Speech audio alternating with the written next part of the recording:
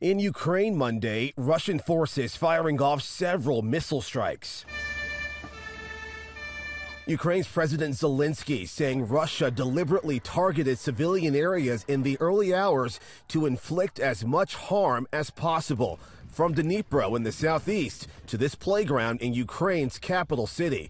ABC's Britt Clinett in Kyiv. This is the biggest attack on the capital since the beginning of the war and the first attack on the city center, making this a clear escalation. Russian President Vladimir Putin calling his escalation a response to the explosion Saturday on the strategic Kerch Bridge, the longest in Europe, linking mainland Russia to Crimea, which the Kremlin illegally annexed in 2014. That seems a very clear indication that he not only supported, but essentially ordered these attacks on civilian infrastructures. Ukraine not taking responsibility for the bridge blast, which could significantly harm Russia's war effort. This was really the only way to get supplies into their troops. The U.S. joining growing global condemnation of the strikes. Hundreds of Ukrainians seeking shelter in subway stations, singing as the missiles fell.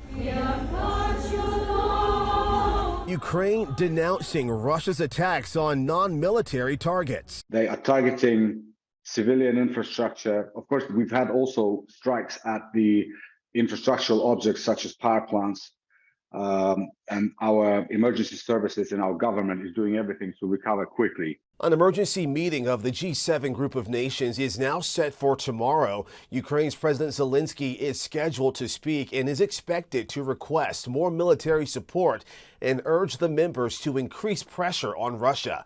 Justin Finch, ABC News, Washington.